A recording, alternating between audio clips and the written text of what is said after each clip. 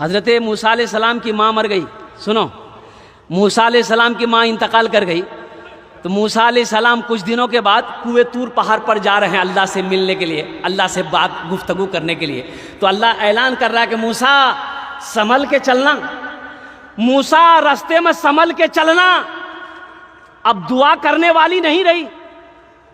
یہ کس سے کہہ رہے ہیں؟ اللہ پیغمبر سے کہہ رہے ہیں. اب ماں نہیں رہی تیرے حق میں دعا کرے گی، اب سنبھل کے چلنا. ہم کس کھیت کو مولی ہیں؟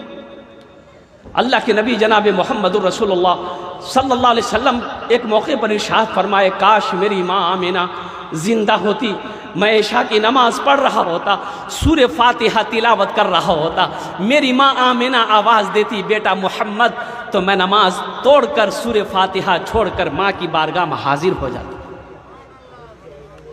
میرے بچوں، نوجوانوں، ماں باپ کی خدمت کرو گے انشاءاللہ؟ انشاءاللہ کتنے لوگ کرو گے؟ ہاتھ اٹھاؤ انشاءاللہ. الحمدللہ. اور سنو، ماں باپ کی بارگاہ میں ماں باپ کے آگے اگر بے ادبی کر بیٹھے ہو، معافی مانگ لینا. ابھی گھر جا کے معافی مانگ لینا. ماں معاف کر دے گی، ماں معاف کر دے گی، باپ معاف کر دے گا. صرف اتنا کہہ لینا، ابا مجھے معاف کر دیئے. ہم ایسا بولے ہیں.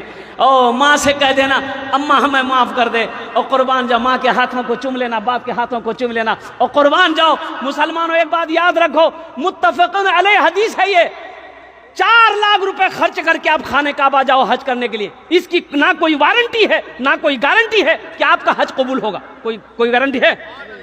ارے بولو، کوئی گارنٹی ہے؟ کوئی گارنٹی دے سکتا ہے؟ کوئی گارنٹی نہیں دے سکتا. لیکن سنو، ایک حج ایسا ہے جس کی وارنٹی بھی ہے، جس کی گارنٹی بھی ہے. اب وہ حج کیا ہے؟